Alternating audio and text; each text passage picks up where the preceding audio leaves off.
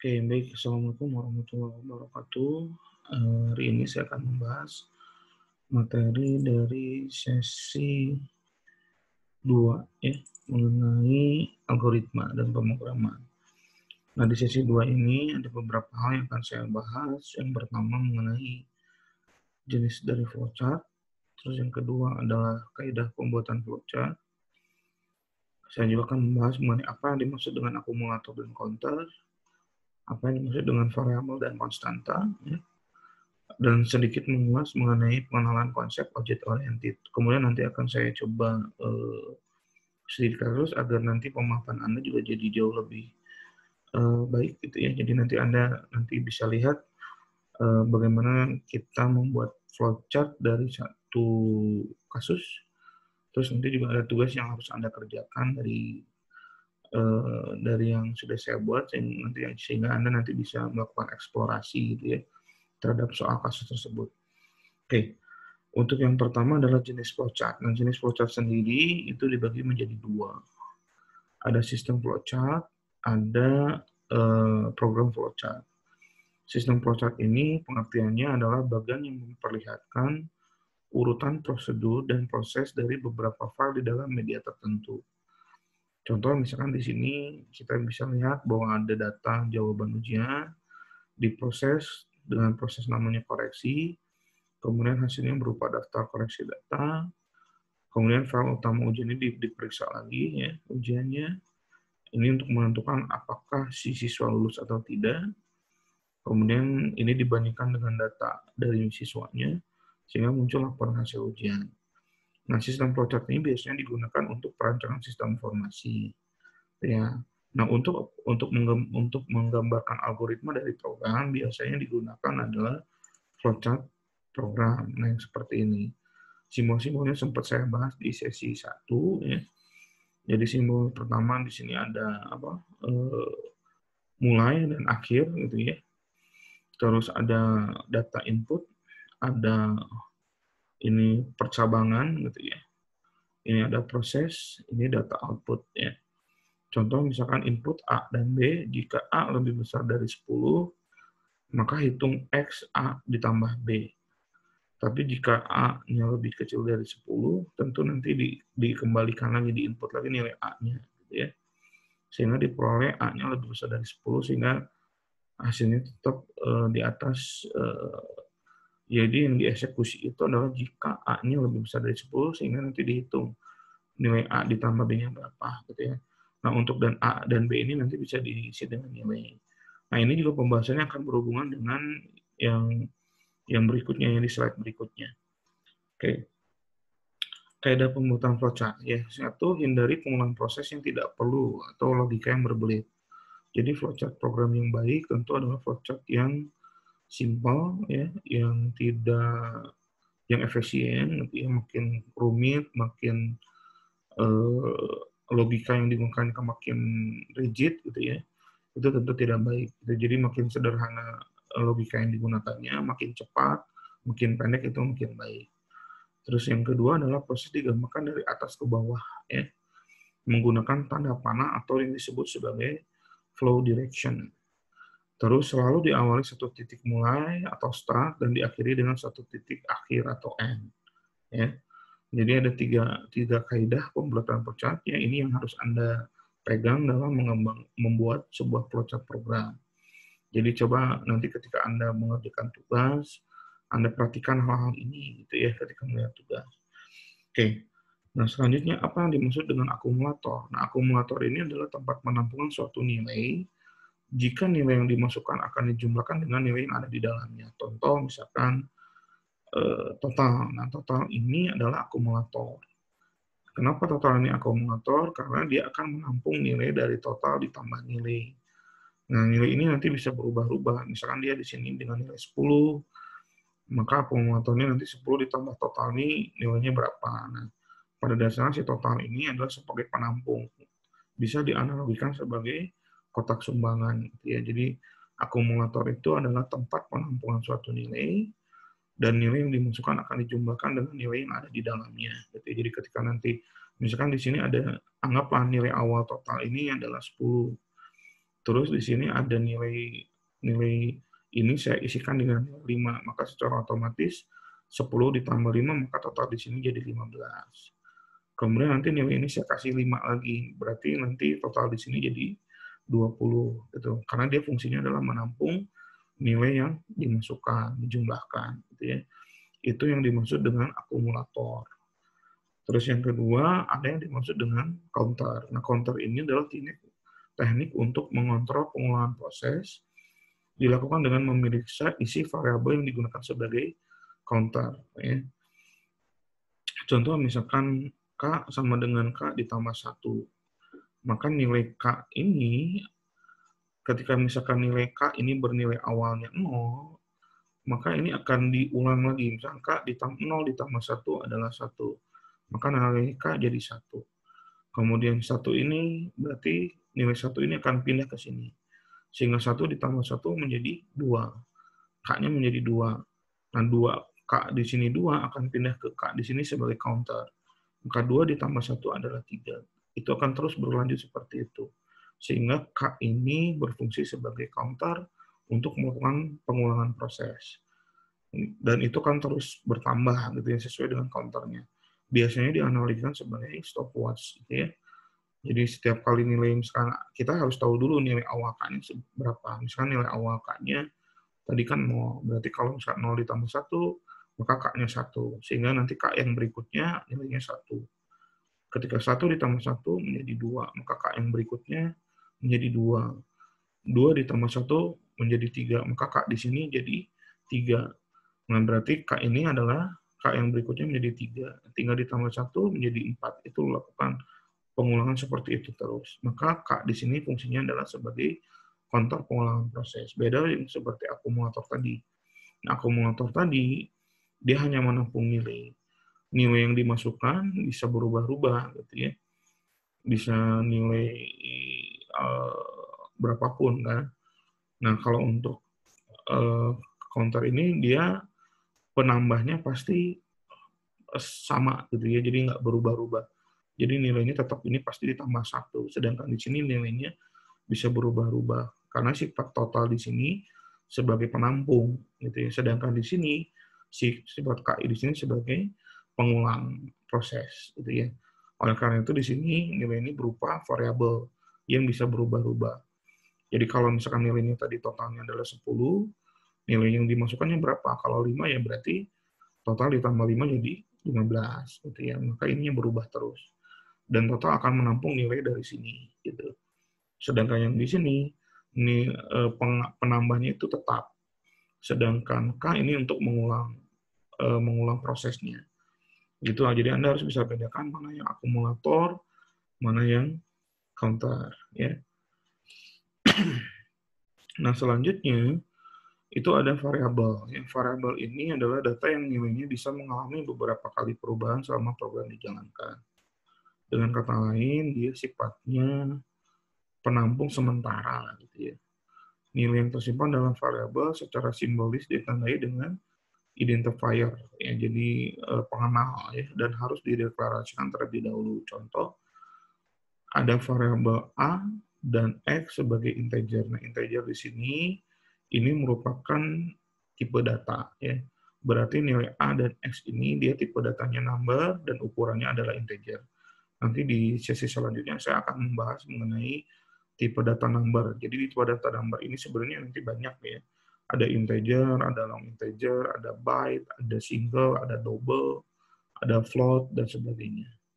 Nah, intinya adalah ketika kita mendeklarasikan sebuah variabel, maka kita perlu menentukan dulu variabel ini nanti bernilai apa. Karena data yang dimasukkan ini akan sesuai dengan tipe data yang ditentukan dari variabel tersebut. Contoh, misalkan kita pengen memasukkan data teks, maka di sini kita deklarasikannya misalkan dengan dim a, x, s karakter atau char misalkan. Atau dim a, x, s teks misalkan, seperti itu. Ya. Nah, itu untuk variabel. Jadi nilai A dan X ini nanti bisa berubah-ubah. Bisa saja nanti isinya, kalau kita integer, berarti ini bisa saja nilainya isinya angka dari 0 sampai 9 atau Kalau untuk integer sampai minus sekian juta lah gitu ya. Kalau misalkan untuk karakter, berarti ini isinya adalah 0 sampai 9, A sampai dengan Z. Jadi nilai A, X ini bisa diisi dengan data seperti itu. Tergantung tipe datanya. Yang berikutnya adalah konstanta. Konstanta ini adalah data yang nilainya bersifat tetap dan tidak berubah selama program dijalankan. Nilai yang tersimpan dalam konstanta secara simbolis ditandai dengan identifier juga dan harus dideklarasikan terlebih dahulu. Contoh misalkan ada konstanta pi. Ini sifatnya tetap 3.14. Contoh yang lain misalkan rho misalkan, atau konstanta yang lain misalkan tarif pajak misalkan, PPh pasal 21, dia tarifnya adalah 10% misalkan. Itu tidak berubah-ubah. Berarti jika ada sebuah nilai yang tidak berubah-ubah ketika program dijalankan, maka itu disebut sebagai konstanta. Ya. Nah, beda dengan variabel. Nah, kalau variabel itu nilainya akan berubah-ubah, gitu ya. Tergantung dengan nilai yang diinputkannya. Oleh karena itu, biasanya variabel itu yang penting kita deklarasikan terlebih dahulu variabelnya dan menetapkan tipe data yang dibutuhkannya apa. Apakah berupa number, atau berupa teks, atau berupa tanggal, date, gitu ya, atau yang lain lah, gitu ya, tergantung kebutuhannya apa. Nah, kalau konstanta itu pasti selalu sifatnya tetap. Contohnya ini pi, contohnya misalkan tarif pajak, atau misalkan PTKP, misalkan gitu ya. PTKP itu misalkan sekian juta tarifnya yang kenanya, atau misalkan contoh yang lain, kalau di akuntansi misalkan tarif depresiasi misalkan, atau lama penyusutan gitu ya, itu kalau sudah ditetapkan di awal berarti dia berfungsi sebagai konstanta gitu ya. Oke. Nah, itu yang harus Anda ketahui. Jadi ada beberapa istilah di dalam dalam algoritma ya. Yang pertama adalah akumulator ya. Yang kedua adalah counter, yang ketiga adalah variabel, yang keempat adalah konstanta ya. Saya ulangi, jadi kalau akumulator itu fungsinya sebagai penampung nilai, di mana nilai yang dijumlahkan ini berubah-ubah terus, sedangkan counter itu sebagai pengulang proses, di mana si counter ini merupakan pengulang proses terhadap proses penjumlahan yang sama, gitu ya. Kemudian yang variabel ini adalah penampung sementara, di mana penampung sementara ini nilainya bisa berubah-ubah, gitu. Dan yang berikutnya adalah konstanta, di mana konstanta ini sifatnya harus tetap.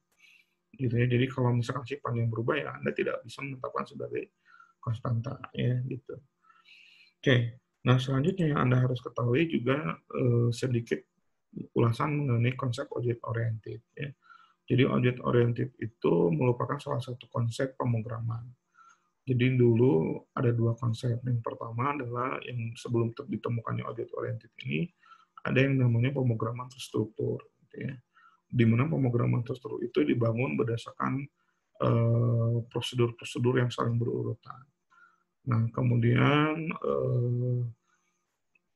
di masa sekarang ini konsep pemrograman struktur ini mulai ditinggalkan, digantikan dengan konsep pemrograman object oriented. Kenapa ini lebih populer sekarang? Karena pemrograman object oriented ini mengenal istilahnya adalah modeling dan modularity. Gitu ya. Jadi ketika kita mengembangkan sebuah program, memungkinkan untuk memecah-mecah bagian-bagian dari program tersebut. Gitu ya, berbentuk modul-modul yang lebih kecil, sehingga proses pengembangan jauh lebih dimudahkan. Karena proses pengembangan bisa dilakukan secara bersama. Gitu ya. Nah, yang perlu Anda ketahui bahwa dalam object oriented ini ada beberapa prinsip. Ya. Ada yang disebut dengan abstraction, ada yang disebut dengan encapsulation, ada yang disebut dengan modularity, ada yang disebut dengan hierarchical. Gitu ya. Nah, saya coba jelasin dulu mengenai abstraction. Jadi abstraction ini adalah model that include most important aspect of given system, gitu ya. Jadi abstraction ini adalah untuk menentukan mewujudkan gitu ya, sebagai mewujudkan dari karakteristik satu modul gitu. Contoh misalkan yang berhubungan dengan customer gitu ya. Ini abstraction customer itu biasanya kalau kita rincikan ke dalam hal yang lebih detail, ini customer itu ada data nomor customernya, ada namanya, ada alamatnya, ada dia metodenya adalah misalkan operationnya adalah membeli gitu ya. Jadi ada berbagai macam kompleksitas dalam customer ini. Nah, untuk memudahkan maka ini perlu diabstraksi menjadi satu model saja gitu yang disebut dengan customer. Karena customer sendiri nanti bisa beda-beda gitu ya. Ada customer tetap, ada customer VIP misalkan, ada customer reguler dan sebagainya. Ya, gitu. Terus produk, misalnya produk juga bisa berubah, bisa banyak jenisnya gitu ya.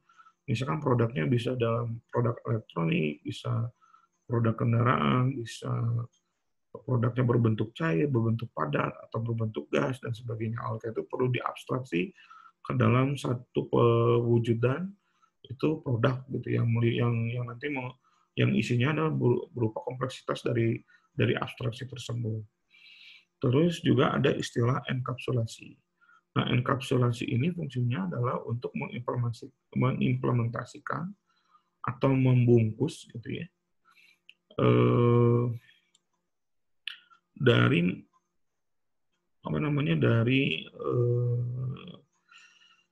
objek tertentu. Misalkan kita mengenkapsulasi atau membungkus sebagai alat komunikasi misalkan gitu ya. Nah, alat komunikasi itu misalkan kita mau dibagi menjadi beberapa, membungkus. Jadi alat komunikasi misalnya dibagi menjadi satu handphone misalkan gitu ya, atau misalkan dibagi lagi menjadi apa namanya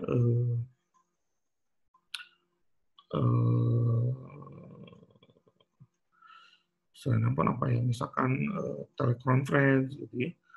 Nah, itu dia memiliki memiliki fungsi yang sama, tapi dibungkus dalam bentuk yang berbeda gitu ya, dienkapsulasi dalam bentuk yang berbeda gitu. Yang satu mungkin tadi handphone ini dia difungsikan, anggaplah misalkan handphonenya handphone yang berfungsi untuk berbicara gitu ya, sedangkan misalkan teleconference itu untuk tatap muka secara visual.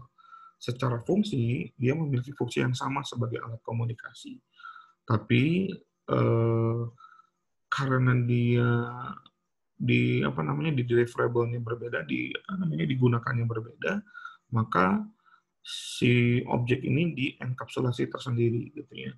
Yang handphone tersendiri, yang telekonferensi tersendiri. Analoginya seperti itulah kurang lebih gitu ya. Terus yang berikutnya adalah modularity. Misalkan modularity itu posisinya apa? Intinya adalah modularity itu mempecah beberapa proses ataupun objek yang sifatnya kompleks. Misalkan, contoh sederhana, misalkan ada proses perkuliahan. Nah, si proses perkuliahan ini kalau kita mau dimodularkan, gitu ya, dipecah, di-breakkan, gitu ya. Kalau kita lihat secara utuh, sebenarnya ini kompleks. Dalam proses perkuliahan itu ada proses mahasiswa belajar, ada proses dosen mengajar, ada penentuan jadwal, ada penentuan mata kuliah, ada penentuan evaluasi pembelajaran, gitu ya. Terus ada perbaikan nilai, ada kehadiran dosennya, ada kehadiran mahasiswanya. Nah, kalau kita mau mengembangkan satu modul secara utuh, itu cukup banyak kompleks. Itu sangat berat kalau dikembangkan secara utuh langsung. Oleh karena itu, ada istilahnya modularity. Dengan tujuan adalah memecah-mecah ke dalam bentuk yang lebih kecil. Yang dipecah-pecah tersebut berdasarkan fungsionalitasnya. Gitu ya. Misalkan tadi kalau perkuliahan ini dibagi-bagi, misalkan ya tersendiri-sendiri, misalkan untuk absensi mahasiswa tersendiri, untuk absensi dosen tersendiri, untuk penjadwalan juga tersendiri, gitu ya. Untuk apa lagi? evaluasi juga terpisah. Gitu. Jadi ketika kita menemukan satu proses atau satu objek yang kompleks, dalam konsep object oriented itu bisa dipecah-pecah ke dalam bentuk yang lebih kecil dan lebih simpel, gitu. Sehingga proses pengerjaannya jauh lebih cepat, jauh lebih mudah karena bisa dikerjakan secara bersama-sama. Terus berikutnya juga ada yang disebut dengan hierarki. Nah, hierarki ini adalah sebenarnya pewarisan atau inheritance atau pewarisan atau istilahnya apa ya namanya, increasing abstraction. Jadi misalkan kita punya aset, misalkan, atau yang paling sederhana misalnya misalkan nilai, gitu ya. Kalau Anda perhatikan di sini kan aset itu ada bank account, security, reserve, dan sebagainya. Misalkan nilai saja. Nah, nilai ini kalau secara hierarki itu kan dibagi menjadi 3, gitu ya. Kalau untuk Anda sebagai mahasiswa di LPK ya, nilai ini nanti dibagi jadi UAS, jadi UTS, jadi tugas dan kuis.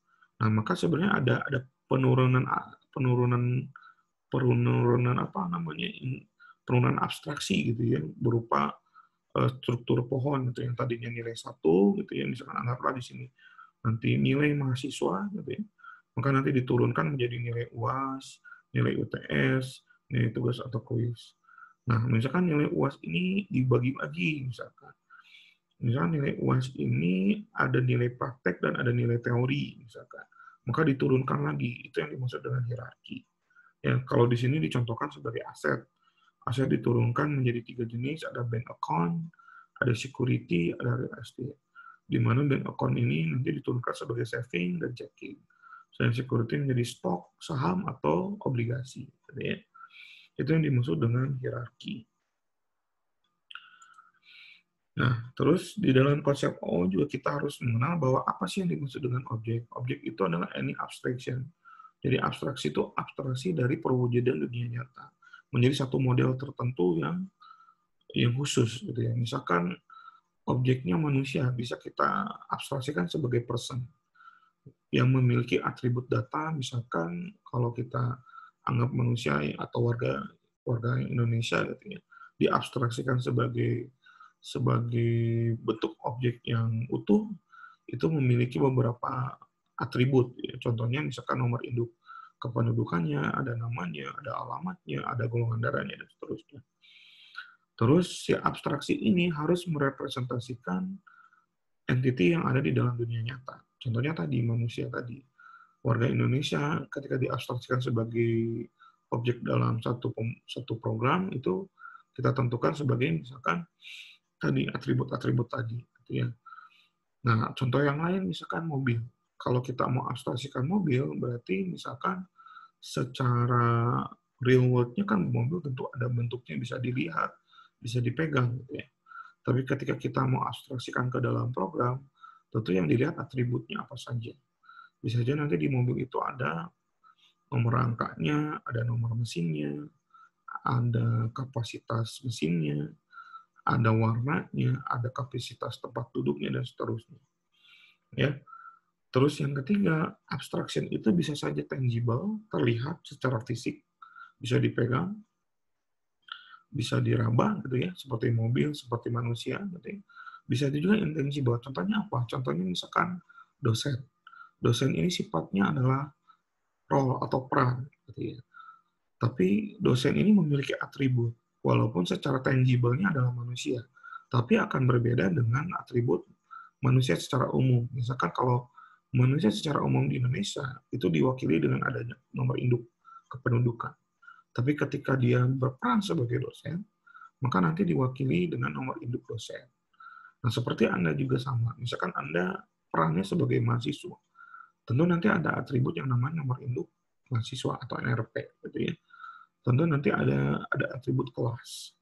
Nah, tapi kalau Anda dianggap direpresentasikan sebagai warga negara Indonesia, mungkin tidak ada kelas gitu ya. Karena Anda dianggap sebagai manusia yang berada di satu wilayah. Mereka secara tangible-nya itu Anda sebagai manusia, tapi secara intangible-nya itu Anda sebagai perannya, entah jadi mahasiswa, entah nanti kalau Anda sudah bekerja menjadi pegawai, tentu nanti kalau pegawai nanti pasti punya nomor induk pegawai, punya masa kerja, atributnya, punya keahliannya, gitu dan sebagainya. Ya. Jadi dalam konsep OO itu bahwa setiap objek itu harus merepresentasikan satu bentuk tertentu dan harus merepresentasikan dalam bentuk yang ada di dunia nyata. Dan yang terakhir tentu bisa bentuknya nyata, bisa dilihat, bisa diraba atau istilahnya adalah tangible, bisa juga intangible berupa peran, gitu ya, atau berupa role atau peran. Contohnya tadi dosen, mahasiswa, atau misalkan BAA. Nah, BAA itu kan isinya sebenarnya orang-orang, tapi secara peran dia biro administrasi akademik yang mengurusi berhubungan dengan proses perkuliahan Anda, nilai Anda, dan sebagainya. Nah, terus definisi dari objek itu sendiri dibagi menjadi dua aspek. Ada aspek informasi, ada aspek sifat, ya, atau behavior. Nah, dari sisi aspek informasi, dia harus unik, ya. Dia harus unik. Jadi ketika kita bicaranya, tadi contoh misalkan Anda sebagai mahasiswa, aspek uniknya apa? Anda pasti punya nomor induk, gitu kan? Nah, terus dia harus mendeskripsikan struktur informasi yang dapat digunakan dan dapat dibuat. Ya. Jadi atribut-atribut Anda sebagai mahasiswa tentu bisa ditentukan kan gitu ya. Anda bisa ditentukan nomor induknya, bisa ditentukan namanya, bisa ditentukan juga alamatnya dan sebagainya. Dan harus merepresentasikan kondisi tertentu. Ya. Nah, misalkan Anda sebagai mahasiswa yang aktif, berarti dia terdaftar gitu ya. Atau misalkan Anda sudah di DO, misalkan berarti kondisinya berarti tidak aktif lagi sebagai mahasiswa. Nah, kalau dilihat dari sisi sifatnya atau behavior-nya, apa peran yang bisa dilakukan dari objek tersebut? What can the object do? Atau apa yang bisa diselesaikan dari objek tersebut? Jadi misalkan kalau Anda sebagai mahasiswa, peran Anda berarti satu misalkan untuk belajar, misalkan, untuk memperoleh nilai, sehingga nanti ada atribut nilai, gitu ya. Terus untuk Anda lulus, berarti nanti ada atribut IPK dan sebagainya. Itu dari sisi sifatnya. Nah, contohnya adalah ini ya. Contoh misalkan informasi ada serial number, ada model. Berarti kan contohnya tadi seperti tadi ada nomor induk mahasiswa, ada nama, ada alamat. Ya. Dari sisi behavior-nya, nah ini ya print file, stop printing. Ini kalau dari sifat printer ya. Kalau Anda sebagai sifat mahasiswa, berarti Anda harus ada proses belajarnya, ada proses evaluasinya, ada proses pengambilan mata kuliah dan sebagainya. Ya. Nah, dalam objek oriented juga mengenal yang namanya class. Ya, class itu adalah any uniquely identified abstraksi. Jadi abstraksi tadi contohnya baik yang tangible maupun intangible itu dikelompokkan ke dalam kelas karena memiliki karakteristik yang sama. Misalkan contoh gini, dalam aplikasi, dalam program sistem informasi akademik, ya, itu ada abstraksi mahasiswa dan dosen. Secara objek itu berbeda karena memiliki atribut yang berbeda.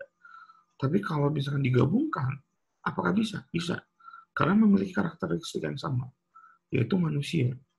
Tentu memiliki atribut yang sama, minimal dari sisi si mahasiswa dan sisi dosen, ada atribut nama, ada atribut alamatnya, ada atribut tanggal lahirnya, ada atribut tempat lahirnya, dan seterusnya. Oleh karena itu bisa digabungkan menjadi similar karakteristik atau yang disebut dengan kelas. Maka kalau disebut kelasnya apa Pak? Nah, bisa saja nanti disebutnya kelas person atau kelas orang, gitu ya. Atau misalkan kalau di kampus berarti istilahnya adalah kelas sivitas akademik, misalkan seperti itu. Terus yang berikutnya, kelas juga memiliki aturan tertentu, rules that define object. Gitu ya. Ada aturannya. Ya tentu sebagai dosen, sebagai mahasiswa, ada rules yang harus dipenuhinya kan. Gitu ya. Terus yang berikutnya adalah a definition of template that describe how to build an accurate representation atau specific type of object. Ya. Jadi si kelas itu harus merepresentasikan hal yang spesifik. Contoh tadi kelas Civitas Academy. Tentu akan beda dengan kelas pekerja misalkan. Kalau sivitas akademik tentu nanti akan di dalamnya mungkin ada atribut mata kuliah yang diambil atau yang diajarkan kalau dosen gitu ya. Ada atribut keahliannya, bidang keahlian atau jurusannya. Nah, beda dengan kelas employee. Nah, kelas employee ini dia kerjaannya atributnya misalnya ada salary-nya atau ada lama kerjanya, itu akan berbeda gitu ya. Nah, contohnya adalah gini, ini kalau Anda perhatikan kan ini agensi, citizen, atau car itu kan kelas-kelas. Citizen itu kan warga negara. Nah, terus kalau ditanya objeknya ya tadi di dalam warga negara itu nanti dibagi dua kan, warga negara Indonesia ada warga negara asing gitu ya. Nah, itu juga objeknya, tapi digabungkan ke dalam kelas citizen gitu ya. Kalau car juga dibagi lagi, nanti ada city car, ada MPV, ada SUV dan sebagainya. Tentu city car dengan MPV car ya beda, MPV car beda gitu ya. Dia punya unik tersendiri gitu. Tapi karena memiliki karakteristik yang sama sebagai alat, sebagai kendaraan, maka itu nanti digabungkan ke dalam kelas car gitu ya, seperti itu. Nah, ini contohnya ya, printer behavior-nya ya, ini jenis-jenis printer bisa macam-macam gitu ya. Tapi kalau yang digabungkan menjadi kelas printer saja gitu ya. Kalau objeknya ini bisa berbeda-beda gitu ya. Oke, nah berikutnya adalah atribut ya. Nah, atribut ini adalah nama dari properti dari setiap kelas gitu ya. Jadi contohnya kalau properti ini tadi misalkan seperti ini contohnya. Contohnya ada printer. Maka atributnya ada serial number-nya, ada memorinya, ada status, sama seperti yang tadi saya bilang. Mahasiswa itu adalah objek. Terus kalau digabungkan sebagai pasivitas akademik, tentu nanti ada atributnya. Ya contohnya ada NRP, ada nama, ada alamat, dan seterusnya. Nah, itu. Nah, setiap atribut memiliki yang namanya atribut value. Ya contoh misalkan tadi ada nama gitu ya. Atribut value-nya apa? Aset misalkan. Atau ada tanggal lahir, atribut value-nya apa? Tanggalnya tanggal berapa gitu ya. Atau golongan darah, atribut value-nya ada golongan darah O, B, dan seterusnya. Ya, dari setiap. Jadi intinya atribut ini adalah mengidentifikasi atau properti dari sebuah kelas ya. Itu properti dari sebuah kelas. Sehingga isi-isinya seperti ini ya. Berikutnya juga ada yang mengenal operation ya, dalam objek oriented ada mengenal operation. Operation ini adalah implementasi dari service yang bisa di request dari objek kelas tersebut. Misalkan tadi contohnya operation itu misalkan kalau di printer bisa print file, stop printing maupun remove file in queue. Nah, kalau misalkan tadi kelasnya adalah aktivitas akademik, tentu nanti operasinya apa? Menghasilkan karya tulis, misalkan operation. Menghasilkan proses belajar dan mengajar, menghasilkan produk teknologi, misalkan. Terus menghasilkan karya ilmiah, misalkan. Menghasilkan evaluasi delay, misalkan. Nah, berarti dari kelas mahasiswa ini memiliki operation-operation yang seperti itu. Jadi dari sisi atribut itu ada, ya contohnya NRP, nama, alamat, dan seterusnya. Dari sisi operation juga nanti ada fungsinya, gitu ya. Bahwa setiap kelas itu memiliki atribut dan memiliki fungsi, gitu ya. Nah, itu yang hal-hal yang berhubungan dengan object-oriented programming atau object-oriented algoritma lah, gitu ya. Jadi ada beberapa hal yang harus diperhatikan. Walaupun ini saya jelaskan ini hanya tujuannya untuk mengenalkan saja, gitu ya. Bahwa di dalam pengembangannya itu ada dua, ya dulu dikenal dengan pemrograman terstruktur, gitu ya. Sekarang berkembang menjadi pengembangan object oriented, oleh karena itu saya coba jelaskan dulu. Gitu ya. Untuk nanti di kedepannya ya untuk algoritmanya tentu kita pakai yang sudah saya bahas di sini saja, gitu ya. Ini tidak terlalu digunakan, gitu ya. Oke, nah saya akan coba membahas studi kasus agar Anda paham, gitu ya, bagaimana membuat satu algoritma dari sebuah kasus. Misalkan ini ada 3 soal. Dari 3 soal ini kita buat algoritmanya dalam bentuk flowchart program, dan pseudocode. Misalnya ini, buatlah flowchart atau pseudocode-nya untuk menghitung luas lingkaran. Nah, kita tahu bahwa luas lingkaran itu rumusnya adalah jari-jari dikali pi, ya, atau 3,14 kali jari-jari kali jari-jari, atau 3,14 kali R pangkat 2, gitu ya, atau bisa juga 22/7 kali R pangkat 2. Nah, untuk solusinya, maka untuk soal yang ini, yang nomor pertama, solusinya adalah seperti ini. Nah, solusinya adalah seperti ini. Ini untuk soal yang pertama. Nah, saya bikin dulu pseudocode-nya seperti ini. Untuk judulnya adalah program menghitung luas lingkaran.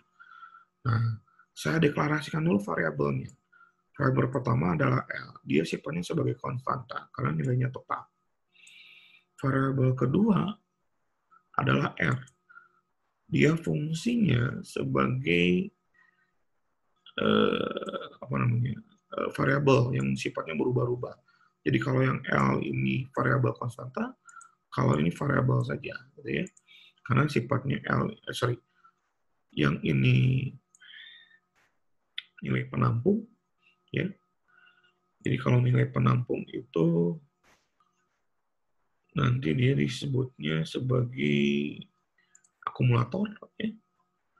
Jadi L ini adalah variabel akumulator, terus P ini adalah variabel konstanta, dan R ini variabel, ya. Nah, algoritmanya apa? Yang pertama Anda input dulu R, karena nilai R ini kan bisa berubah-ubah. Lingkaran itu yang dilihat adalah jari-jarinya, ya. Kalau misalnya saya contohkan seperti ini, nah itu, maka kita lihat dulu, kita ukur dulu kan, jari-jarinya adalah panjang dari sini, gitu ya. Misalkan ini saya warnai dengan inilah, ya.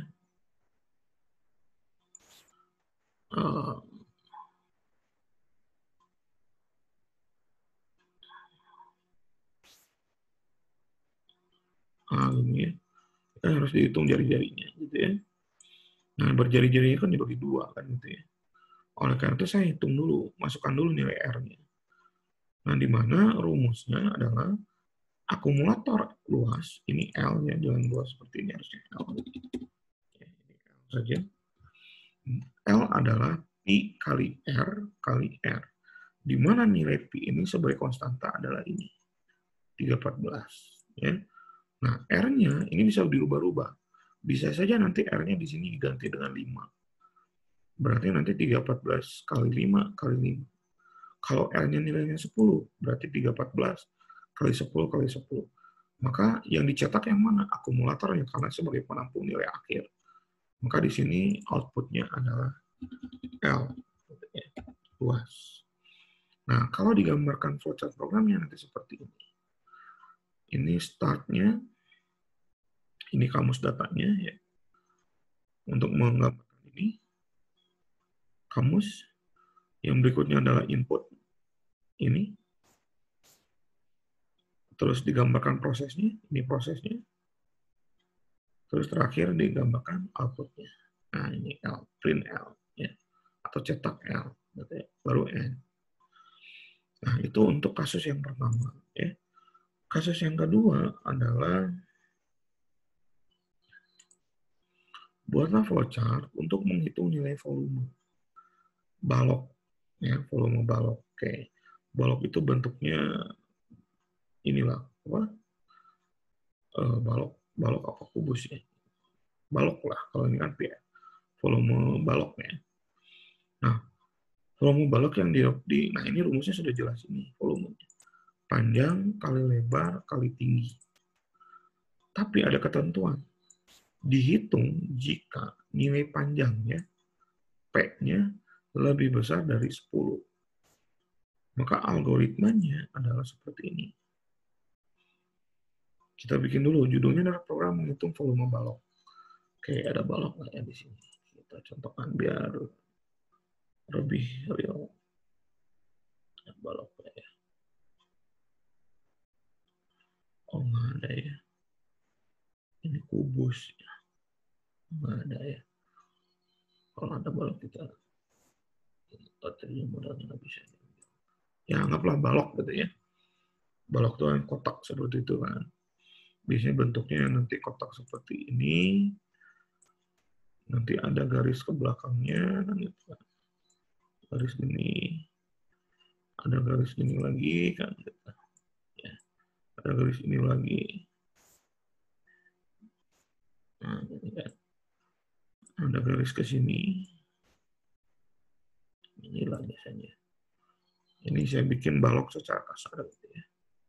Nah, berarti kita harus lihat dulu volume itu adalah isi ini. Panjang itu ini berarti kan. Lebar itu ini. Tingginya ini. Nah, baru dihitung jika panjang ini adalah 10. Maka kita harus menentukan dulu kamusnya. Ada volume, ada lebar, ada panjang, ada tinggi sebagai integer. Dengan artian bahwa nilai ini nilai number nantinya. Kemudian yang diinput apa? Yang diinput adalah panjangnya, lebarnya, ya ini, tingginya. Ini. Rumusnya adalah gini, ada ketentuannya. Jika panjang lebih besar dari 10, kalau ini panjangnya 10, baru dihitung. Panjang ini dikali lebar ini, dikali tingginya. Sehingga nanti yang dihasilkan adalah volume. Nah, berarti ketiga variabel ini adalah variabel, bukan konstanta, karena nilainya bisa berubah-ubah. Walaupun ini dipicu, dihitung ketika variabel P-nya bernilai lebih besar dari 10. Sedangkan V volume di sini sebagai akumulator karena penampung. Ya. Nah, karena kondisinya lebih besar 10, maka nanti baru dihitung. Tapi kalau kondisinya 9, misalkan P-nya 9, maka volumenya 0, tidak dihitung. Ya. Sehingga nanti tidak dihitung. Jadi kalau ini panjangnya cuma 9, maka nggak dihitung volume balok ini. Sehingga digambarkan seperti ini. Jika P lebih besar 10, maka hitung volumenya. Tapi kalau P-nya kurang dari 10, maka volumenya 0. Sehingga kalau saya gambarkan ke dalam flowchart program seperti ini. Ini awalnya, startnya, ini kamusnya, ini kondisinya. Kalau betul, maka dihitung. Ya, kalau misalnya lebih besar dari 10, betul dihitung volumenya. Sehingga nanti menghasilkan nilai F. Tapi kalau misalkan panjangnya lebih kecil dari 10, maka volumenya otomatis bernilai 0. Dan di print volumenya seperti ini. Nah, ini. Ya. Oke. Nah, itu untuk soal yang nomor 2. Nah, soal yang nomor 3. Buatlah flowchart untuk menghitung total nilai penjumlahan dari suatu angka yang diinput setelah angka tersebut dicetak sebanyak angka tersebut. Nah, ini ada yang istilahnya counter. Counter itu adalah pengulangan proses. Nah, solusinya gimana? Solusinya ini. Kita harus menetapkan 3 angka. Satu variabel angka sebagai counter. Ini, misalkan di sini adalah counternya C, ya. Sorry. Counternya di sini adalah B, ya. Nilainya dia diberi nilai 0 sama saya seperti itu. Terus yang berperan sebagai variabel adalah A dan C. Nah, nilai A saya berikan nilai 1. Ya. Sedangkan B saya berikan nilai 0. Nah, yang perlu dirubah-rubah adalah nilai C. Berarti kedua ini, A dan B, dia variabel yang bersifat konstan atau tetap. Ya. Konstanta. Ya. Walaupun nanti B juga berperan sebagai counter. Ya. Terus C ini sebagai variabel saja, yang nilainya bisa berubah-ubah. Nah, terus bagaimana cara menghitung total penjumlahan? Ya. Kalau saya dibuka lagi di sini, menghitung total penjumlahan dari suatu angka yang diinput setelah angka tersebut dicetak sebanyak angka tersebut. Jadi dia diinput dan dicetak bersejumlah dengan angka yang diinputkannya. Jadi cara bacanya gini. Misalkan nilai A-nya 1, dan A di sini 1. Terus saya input C-nya 5. Apakah 1 lebih kecil daripada 5? Ya. Maka akumulator B isikan 0 ditambah 1. Hasilnya adalah 1. Kan? Sehingga dicetaknya berapa? Si 1 ini masuk ke A. Di mana 1 ditambah 1 menjadi 2. Maka yang muncul adalah 2. Kan? Nah, jadi yang dimasukin ke sini dulu. A, tadi kalau apakah A lebih kecil, misalkan ini saya ulangi ya. Misalkan saya input C-nya 5. Nilai A-nya 1. Apakah 1 lebih kecil daripada C? Betul. Maka 1 ditambah 1 adalah 2. Nah, nanti ya. Sedangkan di sini B nilainya adalah 0. Maka 0 ditambah 2 adalah 2. Maka dicetaknya adalah 2. Sehingga nanti yang di-outputkan adalah 2. Tapi kalau misalkan C-nya saya isikan nilainya 0 misalkan. Apakah A lebih kecil dari 0? Tidak. Maka secara otomatis yang dimasukkan adalah nilai 0, nilai B-nya. Gitu. Tapi kalau dia nilainya yang diinputkannya lebih besar, maka dicetak senilai yang diinputnya, yaitu ditambah 1. Gitu. Sehingga kalau saya gambarkan seperti ini.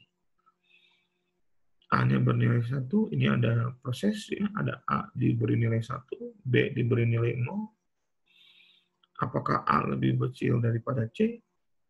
Kalau dia betul, maka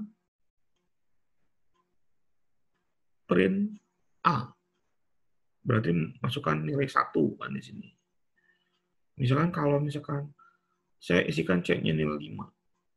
Sedangkan satunya A-nya adalah 1.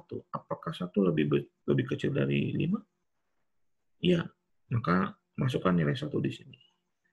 Kemudian nilai 1 adalah masukkan ke sini. B adalah 0 ditambah 1.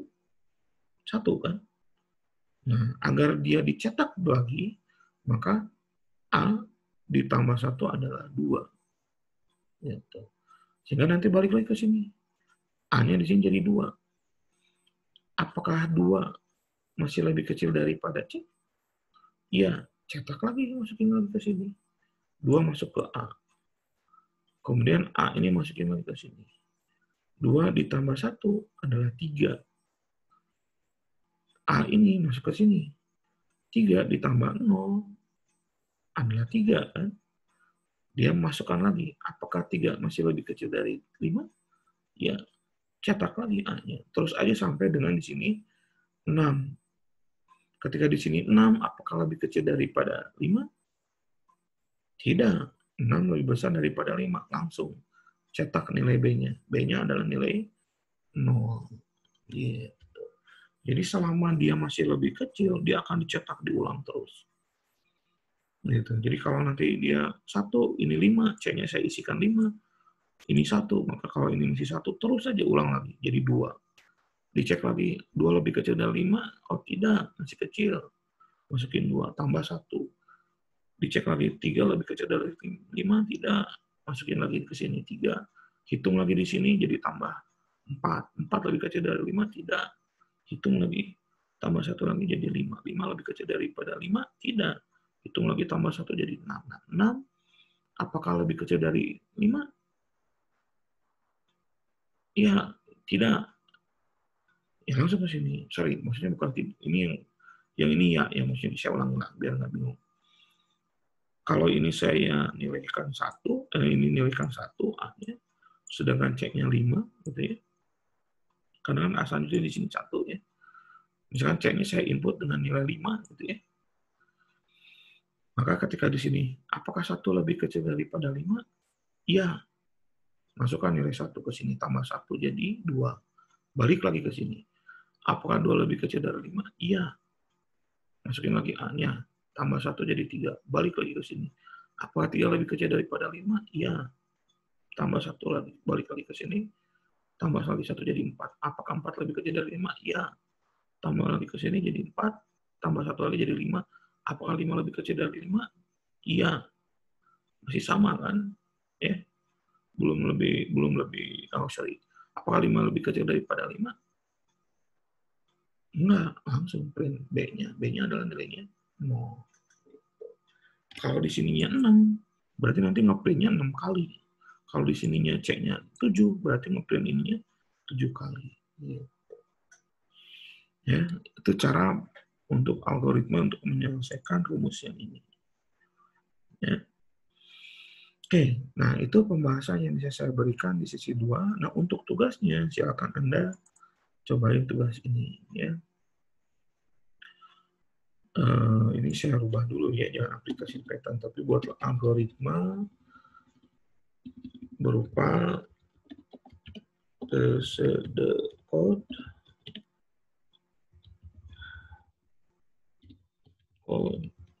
plus flow chart program. Ya. Silakan Anda kerjain dulu tugas ini ya, semaksimal mungkin. Tidak perlu takut untuk salah ya, coba aja dulu. Anda buatnya boleh di Word seperti saya seperti ini. Terus nanti di save gitu ya. Di save Anda boleh bikin ininya juga pakai Word juga ya. Pakai ini saja, insert, design gitu ya. Ini. Nah, ini ya. Seperti ini. Kemudian Anda save, beri nama Word-nya dengan NRP, nama kelas, terus save Word-nya dalam bentuk PDF ya. Kemudian nanti Anda upload ke e-learning ya. Jadi Anda tinggal upload ke e-learning. Nah, ini ya, ke e-learning.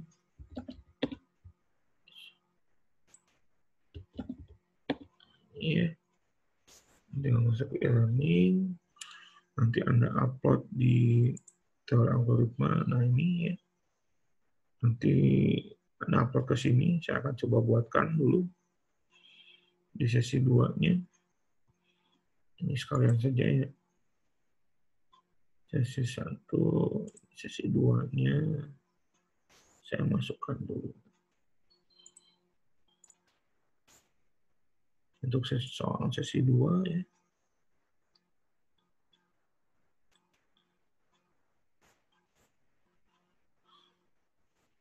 Nah, ini materinya ada di sini.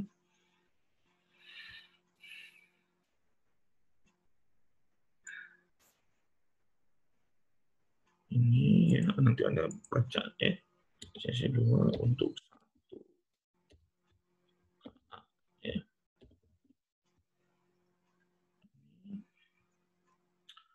Terus Anda juga kumpulkan lagi soalnya di sini ya. Nah, nanti Anda bisa akses forumnya ya untuk melihat videonya. Nah, nanti Anda kumpulkan di assignment ini. Saya beri nama pengumpulan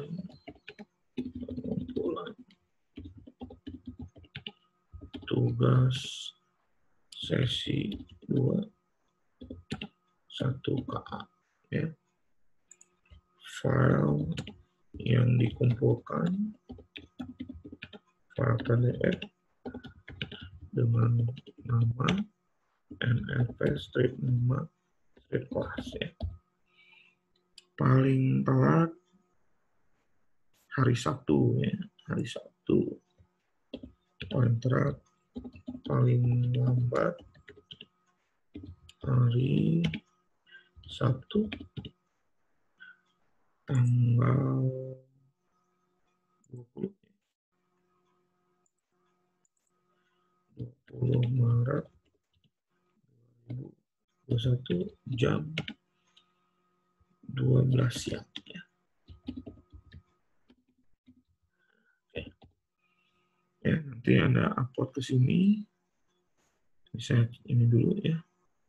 Berarti saya buka akses, ini tanggal 20 ya, paling telat jam 2, tanggal 20 Maret jam 12 siang. Ya, cut off date-nya juga sama ya. 20 jam 12 siang. Oke. Oke. Oke. Nah, jadi nanti Anda kerjakan soal yang ini. Ya. Bikin procedure code-nya dan flowchart programnya seperti yang saya buat di sini. Ya. Kemudian Anda save dalam bentuk PDF dengan nama NRP, nama kelas.